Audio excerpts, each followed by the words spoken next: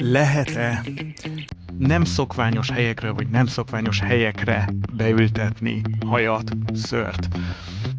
Érdekes kérések és kérdések, amikkel találkozunk a klinikán. Amióta itt dolgozom, jött néhány furcsa kérdés. Ezek közül, ami leggyakrabban fölmerül, hogy lehet-e nem szokványos helyekről, vagy nem szokványos helyekre beültetni hajat, szőrt. A válasz az, hogy elméletileg igen. A megmaradási arány nem teljesen ugyanaz, viszont azt is érdemes tudni, hogy az átültetett haj megőrzi az eredeti jellegét, és mindenki döntse el magának, hogy szeretnie, hogy úgy konkorodjon el a hajszála, ahogy az eredeti helyén.